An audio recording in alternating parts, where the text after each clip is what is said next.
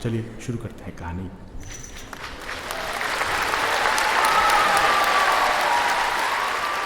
बात उस ज़माने की है जब आज का कोलकाता कलकत्ता कहलाता था। कलकत्ता जाने का मेरा पहला ही मौका था और वो बरसात के दिन थे। तो मैं शाम के वक्त पहुंचा। क्या खूबसूरत शहर था। गाड़ियां, हाथ वाले रिक्शे, चौड़ी सड़कें जिनके किनारे पर खाने पीने की दुकानों से उठती खुशबू, होटलों से उठता हल्का हल्का संगीत, चौराहों पर अखबार हाथ में लेकर खड़े लोगों की चर्चाएं और मोटे चश्मे और धोती कुर्ता पहने कुछ इंटेलेक्चुअल लोग। शानदार शहर लगा मुझे याद है मैं हैरिसन रोड पर एक होटल में ठहरा था। पता नहीं अब वो होटल वहाँ पर होगा भी या नहीं, पर होटल का जो कमरा मुझे मिला उसमें सारा सामान मौजूद था और एक थोड़ा मुज़ूर वेटर भी था जो काफ़ी बातें करता था। उसने मेरा सामान मेरे कमरे में पहुंचाया और बोला, सर कुछ भी चाहिए हो तो ये घंटी बजा दीजिएगा। वैसे आप यहाँ घूमने आए? कहिए तो गाड़ी का इंतज़ाम कर दूँ। नहीं भैया, घूमने नहीं आया हूँ, कुछ काम से आया हूँ। ओह अच्छा अच्छा, वापसी का टिकट ना हो तो बताइएगा, मैं ट्रेन में टिकट भी निकलवा देता हूँ जुगाड़ से, बिल्कुल कंफर्म। मतलब इतनी सेटिंग है कि आज कहिए तो कल का टिकट निकलवा दो। अरे भैया कल क्यों जाऊँगा, आज आया हूँ कल चला जाऊँ? अजीब हो यार, काम से आया हूँ, कुछ दिन रुकूंगा। नहीं नहीं, मेरा मतलब वो नहीं था, मैं तो मतलब बता रहा था कि कल का भी टिकट मिल सकता है, तो कल का टिकट मिल सकता है तो कल चला जाऊँ। अरे नहीं हुजूर, आप तो नाराज़ हो रहे। मेरा कहने का मतलब है कि इतनी सेटिंग है रेलवे में कि अच्छा छोड़िए, और कुछ चाहिए? नहीं नहीं, बस तुम जाओ। उसके जाते ही मैंने कमरे को देखा। बढ़िया बिस्तर था। कपड़े बदलकर थोड़ी देर सुस्ताया, फिर नहाकर चाय पी और फिर कपड़े बदलकर एक नज़र शहर को देखने के लिए मैं बाहर निकला। वैसे आपको बता दूं कि मैं पेशे से एक वकील हूं और उन दिनों मेरी वकालत के बड़े चर्चे थे। एक क्रिमिनल केस था जिसमें कलकत्ता के ही एक बड़े तंबाकू कारोबारी के खिलाफ मैं केस लड़ रहा था और उसी सिलसिले में कुछ ज़रूरी सबूत कोर्ट में मैं जमा करने के लिए आया था। उसने कुछ फाइनेंशियल हेरा फेरी की थी जिसके सबूत मेरी फाइल में थे, जिसे मैं अपने साथ लिए घूम रहा था। खैर, ये तो हम वकीलों का रोज़ का काम होता है, पर इसी बहाने कलकत्ता की सैर का मौका मिल गया था और शहर तो मुझे पसंद आ ही रहा था। अभी कुछ देर पहले बारिश रुकी थी, इसलिए सड़कों पर पानी था। ठंडी हवा के झोंके मन को हरा कर रहे थे। मैं सड़क पर निकला और घूमने लगा। होटलों में बैठकर खाना खाया, हाथ रिक्शों में घूमा, नज़ारे लिए। इस सब में अंधेरा हो गया, लेकिन बाजार बिजली से जगमगा रहा था। भीड़ इतनी थी कि किसी को पलक मारने की फुर्सत नहीं थी। सामने एक पान वाले की बड़ी शानदार दुकान थी, हालांकि छोटी थी लेकिन रोशनी से जगमगा रही थी। सोडे की बोतलें, सिगरेट, पान सजे हुए थे। सोने की वर्क लगी हुई गिलौरियाँ चांदी की तश्तरी में रखी थी। मैं दुकान पर जाके खड़ा हो गया। उसके थाल में पैसे रखे और उससे कहा कि भाई 2 बीड़ा पान लगा दो ज़रा। दुकानदार पान बनाने लगा और मैं सामने लगे एक कदे आदम आईने में अपने आप को देखने लगा। पान खाने के बाद उंगलियां मैं बालों में पोंछता हुआ जैसे ही घूमा, एक गोरा, खूबसूरत और नाजुक सा हाथ मेरे कंधे से टकरा गया। मैं चलते चलते ठिठक कर ठहर गया। मैंने पहले उस हाथ को देखा, फिर उस खूबसूरत लड़की को देखा। वो सर से पैर तक एक सफ़ेद चादर लपेटे हुई थी। औसत कपड़ों में थी। चादर कुछ मैली भी थी, लेकिन वो अच्छी लग रही थी। बड़ी बड़ी 2 आंखें चमक रही थीं। वो जवान थी और नज़र में कुछ ऐसा था कि नज़र मोह लेती थी उसकी। अब ज़्यादा क्या बताऊं, बस ये समझ लीजिए कि ईमान कमज़ोर हो तो डोल जाए। मैंने पल भर में उसे देख लिया। उसने मुझसे कुछ कहा नहीं। वो एक हाथ से अपनी चादर को शरीर से ठीक ठीक लपेटे हुए और दूसरा हाथ मेरे आगे पसार कर खड़ी हो गई। उसकी नज़र में जैसे कुछ मांगना था और एक गहरा दर्द भी था, जैसे वो जिंदगी के तमाम दर्द समेटे घूम रही हो, पर किसी और से कुछ नहीं कह पा रही हो। मैंने जेब से पैसे निकाले और उसकी तरफ बढ़ा दिए। उसने मेरी तरफ देखा। अनजान शहर में आप कई तरह के डर से घिरे होते हैं कि लगता है कि कहीं कुछ गलत तो नहीं कर दिया, पता नहीं वो मांगने वाली थी भी या नहीं। फिर मैंने देखा कि उसकी आंखों में कुछ नमी सी आने लगी और उसने वो पैसे ले लिए। शायद ज़रूरतमंद ही थी। और फिर वो धीरे धीरे वहां से खिसक कर सड़क के दूसरे छोर पर एक खंबे के सहारे जाकर खड़ी हो गई, लेकिन वहां से वो मुझे एक टक बार बार देखे जा रही थी। ऐसा लगा कि वो मुझसे कुछ कहना चाहती है। मन में अजीब सी हलचल होने लगी। कलकत्ता के बारे में मैंने कुछ और बातें भी सुन रखी थी, तो मुझे कुछ गलत ख्याल भी आने लगे। खैर, वो वहाँ खड़ी मेरी तरफ देखती ही रही। कुछ अंधेरा भी था वहाँ पे। कुछ देर खड़ा मैं भी उसे देखता रहा कि मुझे उसके पास जाना चाहिए या नहीं, मैं यही सोच रहा था। आखिर में मैं हिम्मत करके उसके पास गया। मुझे पास आया देखकर उसने चादर सर से थोड़ी हटाई और बड़ी बड़ी आंखों से मेरी तरफ देखने लगी। उसकी आंखों में एक अजीब सा नशा था। फैली हुई आंखें, सुडौल जिस्म, लंबे बाल, और अब चेहरा भी खूबसूरत था क्योंकि उसने वो नकाब जो था वो हटा दिया था। मैं उसके पास जाकर खड़ा हुआ। उसने कुछ देर मेरी तरफ देखा और फिर कहा, आप डरते तो नहीं हैं? सवाल सुनकर मैं कुछ अचकचा सा गया। मैं अब नहीं, डरूंगा क्यों, बताइए क्या बात है। वो मुस्कुराई और मेरे कान के पास आकर बोली, कुछ है बताने लायक, सुनना चाहेंगे आप? सच बताऊं तो मुझे घबराहट हुई थी, जैसे दिल थोड़ा धक से हुआ था।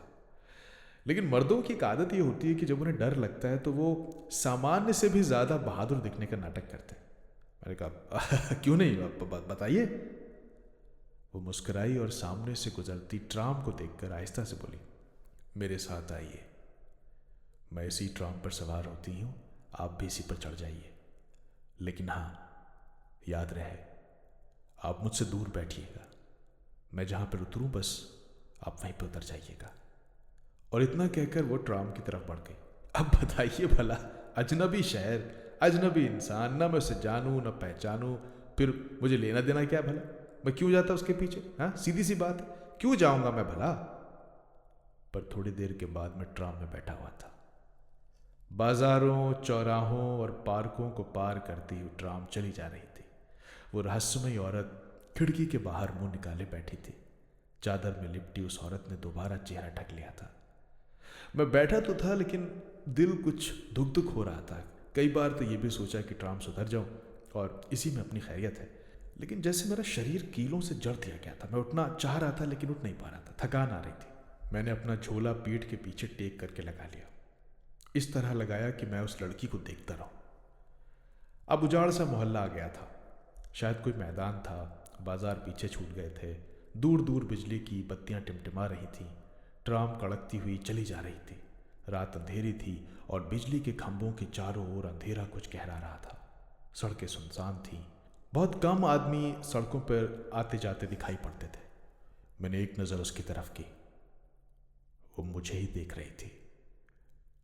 कौन है यार ये? मैं थोड़ा घबरा तो गया था। ये क्यों मुझे, मैं इसके पीछे क्यों आया?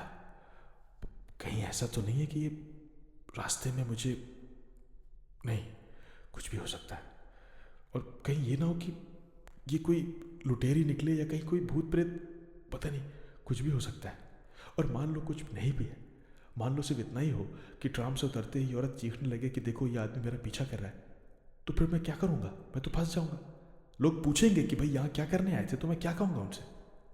मेरे मन में इस तरह के बहुत सारे शुबा उठ रहे थे। बड़े शहरों में बहुत सी ठगी होती है, यह सुना था, इससे मन भी चंचल हो रहा था। जैसे ही ट्राम ठहरी, मैंने फैसला कर लिया था, मैं ट्राम के रुकते ही फौरन नीचे कूद पड़ा और मैंने सोचा कि अब मैं यहाँ से वापस चला जाता हूँ। लेकिन जैसे ही पलट के देखा तो उसी स्टेशन पर वो औरत भी उतर गई। असल में उसे भी वहीं उतरना था। वो वहीं से इशारा करते हुए बोली, उधर नहीं, इधर आइए।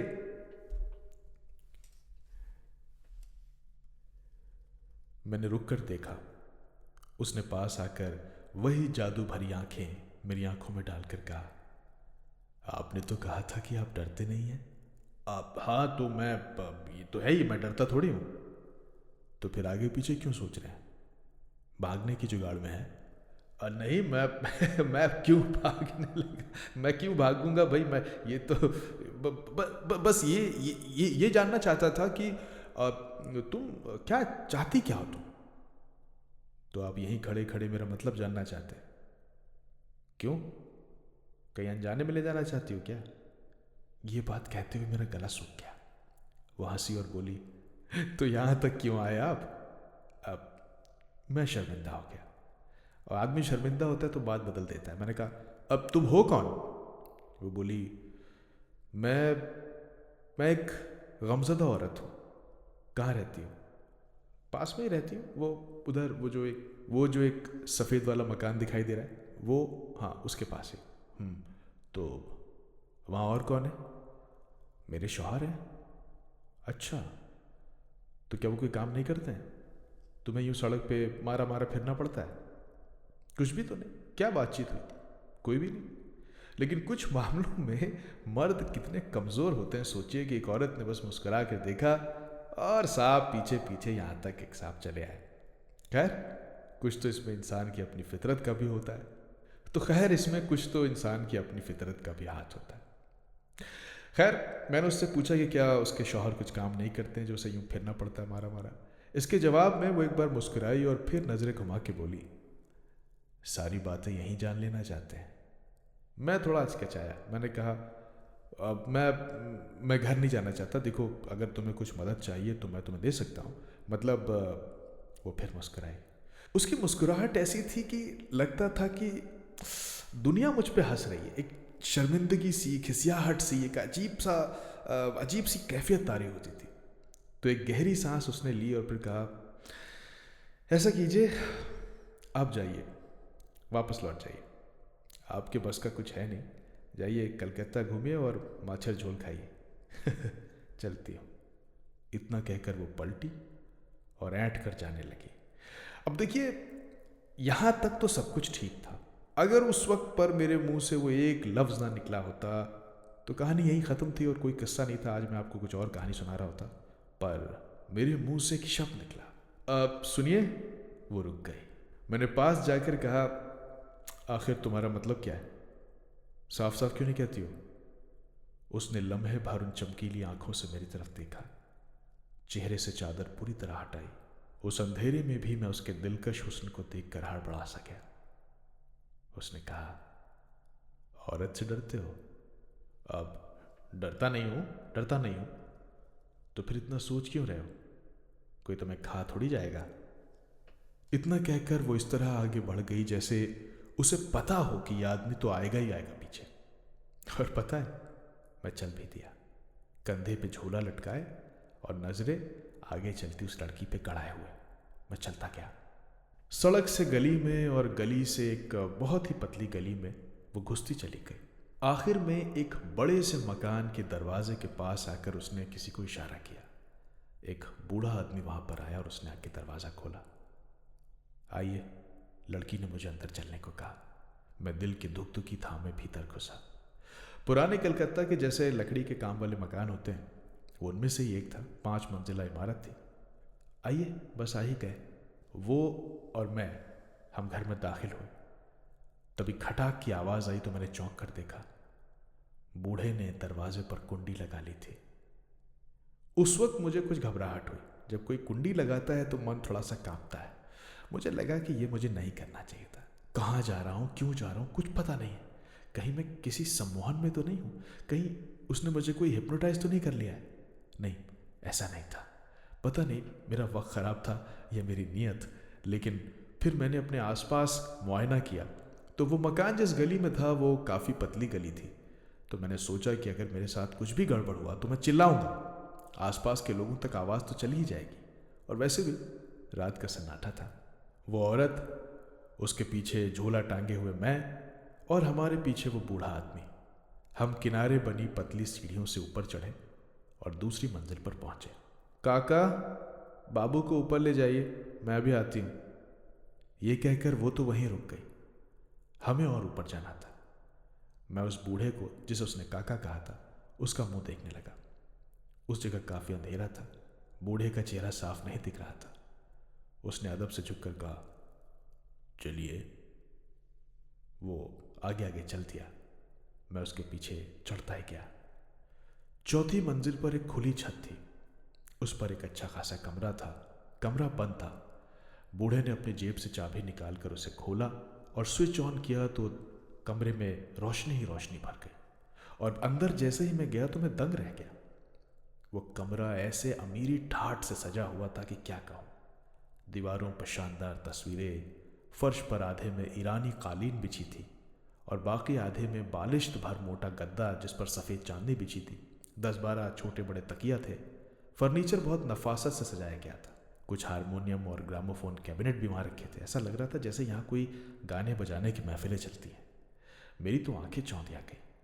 मैं तो उसे क्या समझ रहा था और उसके तो क्या ठाठ निकले। मैं किसी बेवकूफ़ की तरह कमरे की आराइशों को देख रहा था। बीच बीच में घबरा भी उठता था कि कहीं कोई आफत न सर पे टूट पड़े कि तभी सामने वाले कमरे का पर्दा हिला और वही बूढ़ा आदमी कमरे में फिर दाखिल हुआ। इस बार उसके हाथ में एक बड़ी सी ट्रे थी और ट्रे में बहुत सारा नाश्ता था।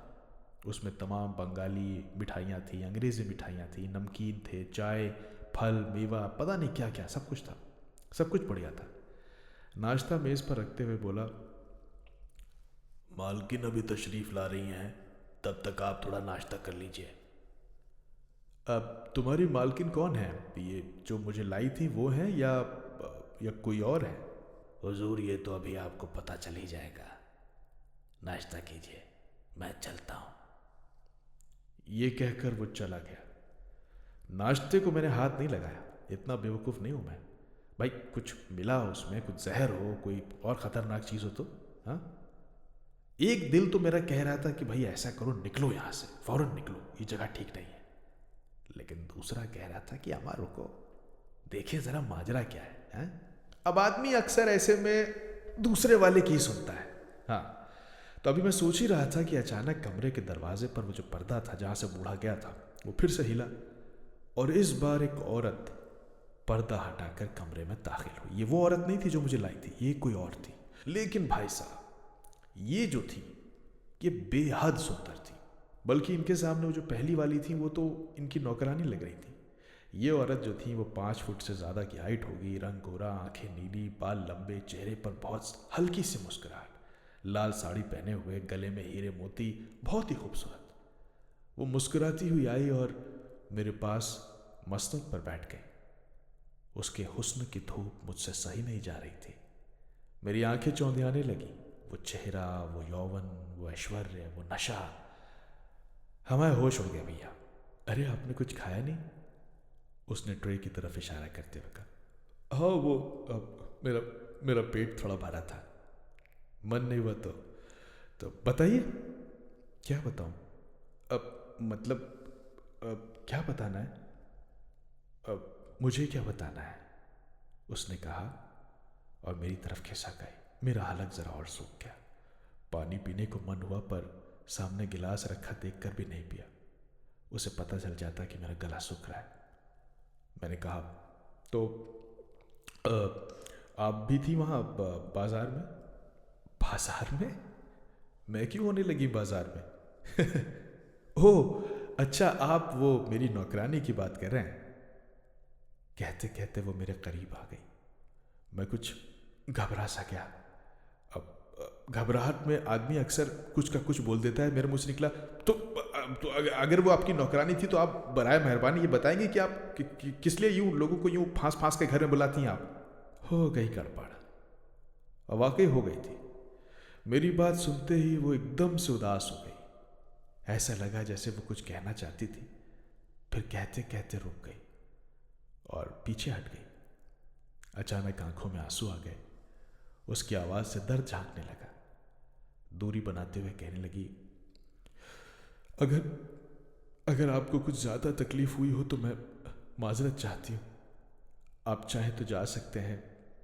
देखिए, वो क्या है कि मैंने आपको एक शरीफ आदमी समझा और इसलिए सोचा कि आपसे एक मामले में मदद मांग सकती हूँ। पर आपने मुझे गलत समझा। आप भी वही निकले जो बाकी मर्द होते हैं। आप ऐसा कीजिए कि आप जाइए, कहिए तो मैं आपको छुड़वा देती हूँ काका से कहकर। काका, काका, उसने आंसू भरे गले से आवाज दी। रुकिए रुकिए रुकिए, अरे आप गलत समझ रही हैं। मैं तो बस यही पूछ रहा था कि अब मतलब देखिए, अब दुनिया को तो आप जानती हैं कि कितनी ख़राब है और मैं तो आप लोगों को जानता भी नहीं हूँ। वो तो बस आपकी नौकरानी ने कहा कि आओ तो मैं आ गया। नहीं मतलब ऐसा भी नहीं कि उसने कहा आओ तो मैं आ गया। मतलब पहले मैंने मना किया, लेकिन फिर सोचा कि चलो मतलब देखते हैं कि तो ये वो वो बेचारी मुंह घुमा के सिसकियां लेने लगी। देखिए आप प्लीज़ रोइए मत, कहते हुए मैं उसके करीब खिसक गया, पर उसके कंधे पे हाथ रखने की हिम्मत नहीं कर पाया। मैं आपकी बात सुनने को तैयार हूं। अब सुनिए तो, अब क्या कहना चाहती थी, अब बताइए तो। कैसे यकीन करूं आप पर? उसने आंसुओं से भीगी हुई पलकों को मेरी ओर उठा के कहा। अब किस लिए यकीन करना है आपको? यही तो मैं जानना चाहता हूं, मतलब मसला क्या है? अरे किस लिए यकीन करना है आपको, यही तो मैं जानना चाहता हूं। अरे मतलब मसला क्या है? आपने क्यों बुलाया, कुछ तो कहिए। अब की मैं थोड़ा सा झंझला गया। अब की उसके होठों पर मुस्कुराहट आई। तभी वही बूढ़ा आदमी एक ट्रे में शराब की बोतल, गिलास और कुछ नमकीन लेकर आ गया। शराब से हालांकि मुझे परहेज नहीं था, लेकिन उस वक्त मैंने शराब पीने से इनकार कर दिया। वो बोली, देखिए मैं हालांकि फोर्स नहीं करूंगी आपको। अगर आपने पहले कभी नहीं पी है तो बात और है, और पीते हैं तो ले लीजिए, शायद इससे हमारा कुछ भरोसा एक दूसरे पर बने।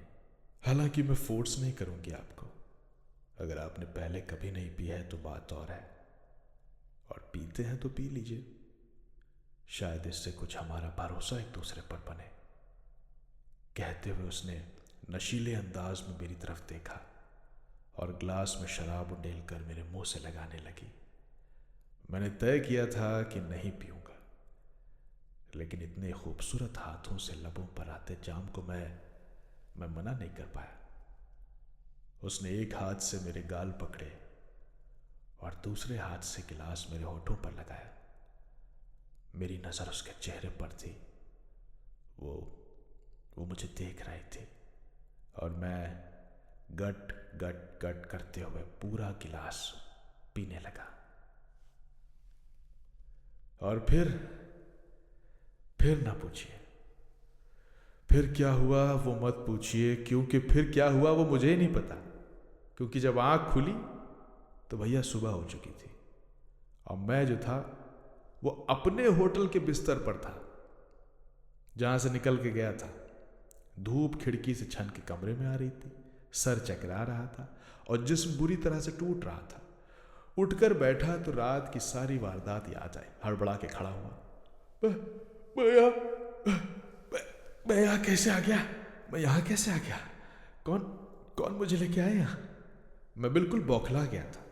मैंने घंटी बजाई तो नौकर ने आकर बताया कि रात को एक गाड़ी आपको होटल के बाहर छोड़ के गई थी। कोई बूढ़ा आदमी था, कह रहा था कि आपके रिश्तेदार हैं और ज़्यादा पी ली तो वो आप बेहोश हो गए हैं, तो आपको छोड़ने आए हैं। तो हमने आपको इस कमरे तक पहुंचा दिया, हालांकि वो ऊपर तक नहीं आया था।